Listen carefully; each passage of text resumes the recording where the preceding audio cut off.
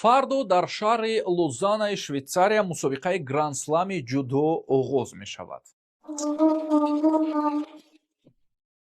тоҷикистонро дар ин мусобиқаи сатҳи ҷаҳонӣ як ҳайати калони ҷудокорон намояндагӣ мекунад. биёед ба рӯйхати варзишгарони тоҷик, ки дар гранд-слами лозанна ба майдон мебароянд, назар мекунем.